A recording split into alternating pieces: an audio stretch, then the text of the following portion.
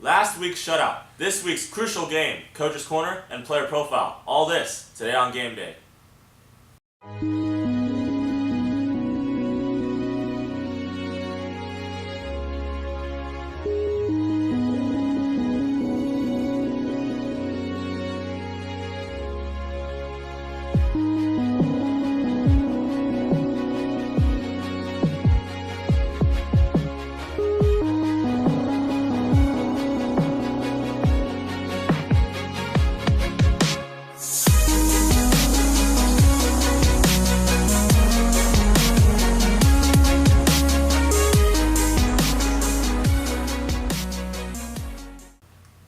Welcome to another edition of Game Day, Rams fans. I'm Brennan McCarthy here with my sports analyst Mark Sampson and a Mr. Dominic Ricci.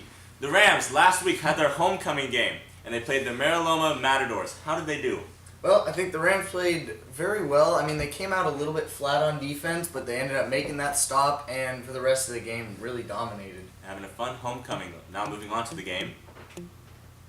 First offensive drive, 2nd and 5 on the 15-yard line. Cass quarterback Charles Hubbard rolls out to the right and finds Seth Avis for Cass's first touchdown of the night. But that is definitely not the only score that the Rams will have for the night, as the ball is handed off to Jake Erickson, who runs up a nicely formed hole and into the end zone. Moving on over to defense, Mariloma's quarterback tries to drop back, but linebacker Sonny Zorg flies in off the blitz for an immediate stop. Castle with the ball back will give junior running back Corbin Bailey the handoff, and he will take it for another score.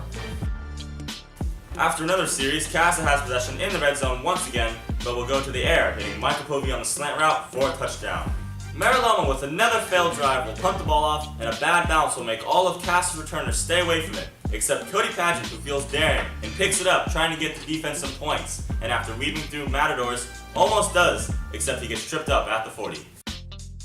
And on 1st and 10, Castle will demonstrate an excellent fake play that includes Sean Lippincott faking the spot pass and runs downfield for the back shoulder fade for a 30-yard gain.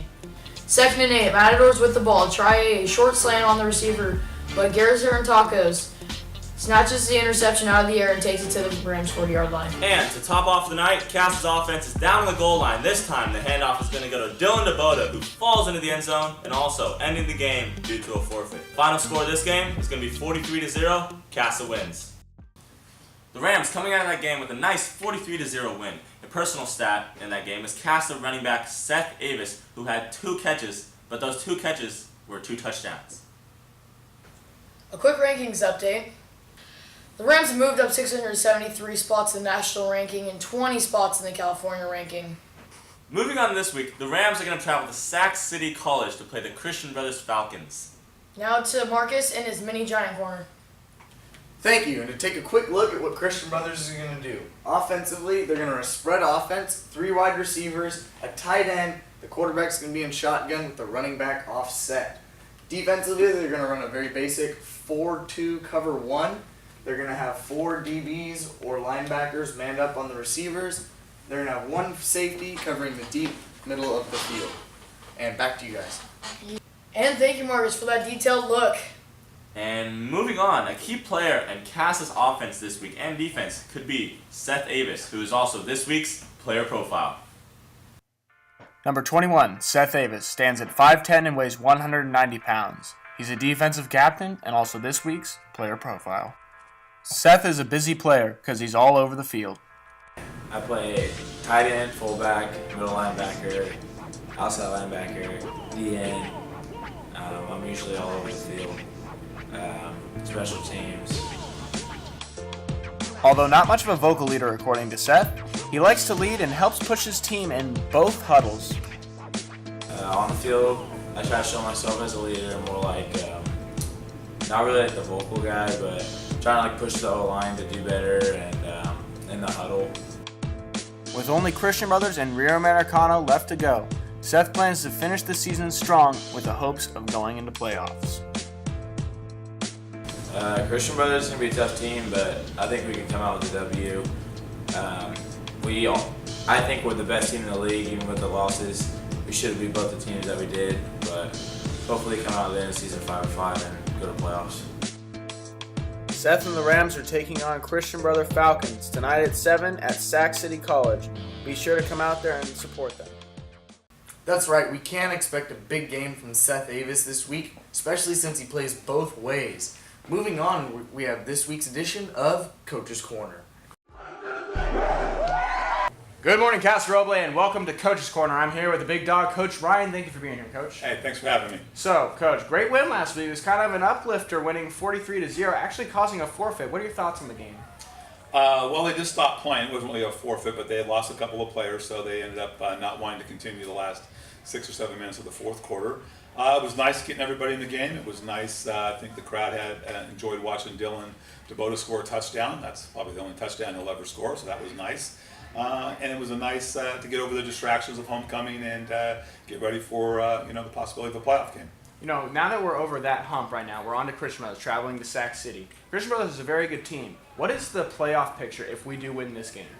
Well, it's a pretty simple playoff picture. We have to beat them by 4 points or more, and they have to lose to Vista Del Lago the following week, and we'll be the number 2 seed for the CAL, and we'll be in the playoffs at 5-5. So, defensively speaking, what do you expect to see from their offense? It's going to be difficult. They have a very nice quarterback. He throws well and runs. He's very quick. He hurt us last year as a junior, so we're going to have to change our defensive scheme a bit. We have some linebackers who are going to be signed, just him. They have a sophomore running back, number 21, very good, and 2 very fast wide receivers. So the defense has its work cut out for them. The weather forecast says it's probably going to rain and be a little stormy and stuff. How much of a factor do you think that's going to play into this week's game? It won't matter. The field at Sac City is nice, artificial turf, so the weather will not be a factor in the game. Fantastic. That's all I got for you today, Coach. Thank you for being here. Thanks for having me. And that concludes this week's edition of Coach's Corner. Coming out of Coach's Corner, we are now moving on to our next segment, which is some key questions that we have for tonight. And the first key question, this game could be a potential playoff saver for a Rams 5-5 record. How could this affect the Rams' intensity coming into this game? Well, I expect the Rams to be a lot more intense. I mean, they've had a lot of good practices this week, and even though they are missing a few key players, I think they can be able to come out and intense and they can step up and win this game. Yes, they definitely will have to step up their intensity to win this game against the Christian Brothers. Now, the next question. The Rams have a few off-the-field issues, and they are missing a few of their starters. How will this affect the Rams' playing schemes, Dominic? Well, the second string will just have to step up this week and will really have to come to play on Friday. Moving on to our next segment, Casa wins if... Well, Brendan, Casa wins if they can really come out and play intense and overcome the loss of a few of their starters. And the Falcons, they win if... The Falcons win if our new starters don't rise up to the occasion. That's all we have for you today, Casa. Be sure to come out to Sac City College tonight at 7 o'clock to watch your Casa Roble Rams dominate!